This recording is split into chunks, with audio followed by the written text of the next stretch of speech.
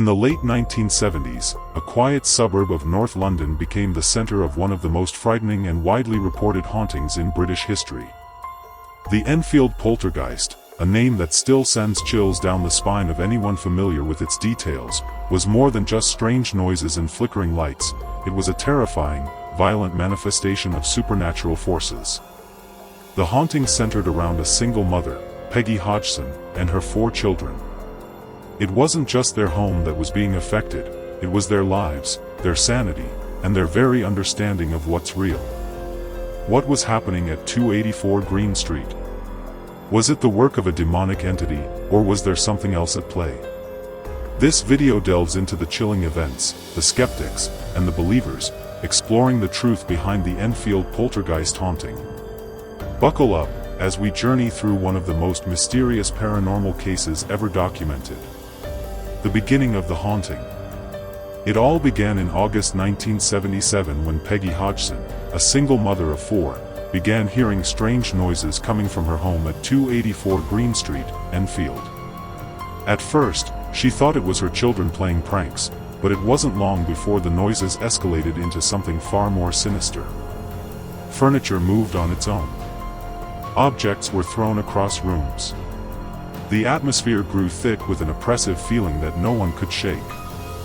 The situation took a darker turn when Peggy's daughter, Janet, started experiencing unexplainable physical changes. She was levitating. Her voice grew deep and grating, as if possessed.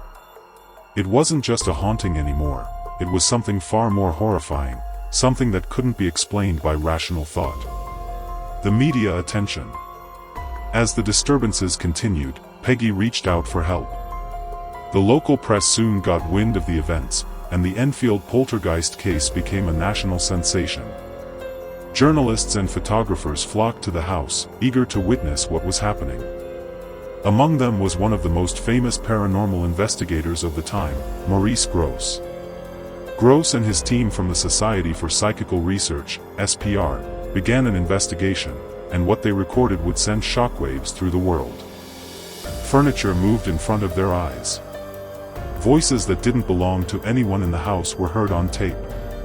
And most chillingly, Janet was seemingly taken over by an entity, her voice changing to one of a man's, threatening those who were trying to help. The media coverage exploded. Some hailed it as the real deal, a genuine supernatural event. Others, of course, claimed it was a hoax, a group of desperate people seeking attention. The role of the police.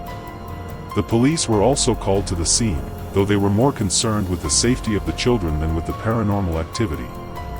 But when they witnessed the bizarre events firsthand, they were left shaken. Constables witnessed furniture moving without any human intervention. One officer even claimed to have seen Janet levitate. However, despite these first-hand experiences, the police never formally endorsed the idea of a poltergeist. Instead, they were left bewildered, unable to explain the unexplainable. This mix of skepticism and genuine terror only added to the mystery surrounding the case. The role of Maurice Grosse and Edward and Lorraine Warren. Maurice Grosse wasn't the only investigator to take on the case. Edward and Lorraine Warren, America's most famous paranormal investigators, also became involved. The Warrens, who had previously investigated the Amityville Horror, visited the Enfield house, bringing with them their experience in dealing with demonic forces. While the Warrens supported the idea that something demonic could be at play, Grosse and his team maintained that it was a poltergeist, a spirit that causes physical disturbances rather than simply haunting the living. This division of opinion only deepened the mystery. Were the paranormal investigators experiencing genuine supernatural phenomena, or was this all a hoax orchestrated by an incredibly clever family? The evidence. Over the course of the investigation, several pieces of compelling evidence were recorded. Video footage showed furniture moving, and audio recordings captured strange, guttural voices speaking through Janet. These phenomena were not easily dismissed. Yet, many still questioned whether this was a carefully orchestrated hoax. One of the most haunting pieces of evidence came in the form of audio tapes. During one recording, a voice, which was not that of any of the family members, could be heard clearly saying, "I'll bring you down." The voice sounded demonic, and it was enough to convince some that they were dealing with an entity far beyond any natural explanation. Skepticism and hoax accusations. As the media circus around the Enfield Poltergeist grew, so did the accusations of hoaxing. Critics suggested that Janet and her siblings were playing tricks to get attention. Some believed the entire family was fabricating the events for money and fame. Janet herself, now an adult, has maintained that what happened in that house was real. She says she was terrified and did not know what was happening to her body. Others, however, continue to claim that she was simply a confused child seeking attention. The Enfield Poltergeist remains a case split between believers and skeptics, with no definitive conclusion in sight. The aftermath and legacy.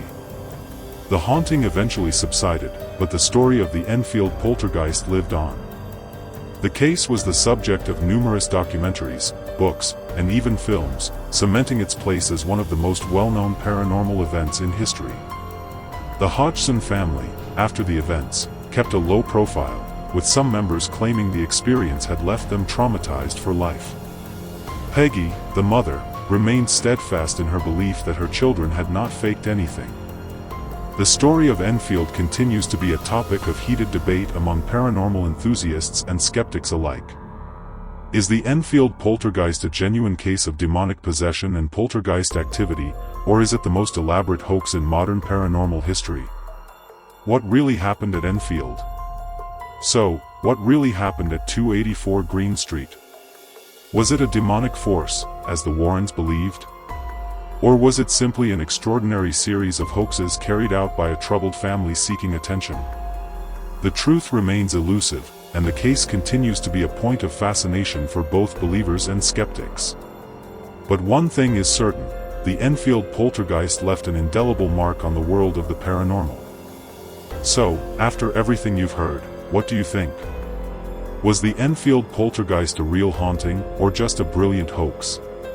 Do you believe that the family truly experienced something beyond their control, or was it simply a case of mischief, illusion, or even mental stress? Let us know your thoughts in the comments below. Your perspective matters, and we'd love to hear from you. And if you enjoyed this deep dive into one of the most chilling true haunting cases in history, don't forget to subscribe to the Grim Tapes for more spine-tingling stories, investigations, and deep dives into the supernatural. Hit the like button if you found this video intriguing, and share it with others who crave these kinds of mysteries. Thank you for watching, and remember, keep your eyes open. The unknown is always closer than you think. Can this be uploaded to YouTube without issues? Yes. This script,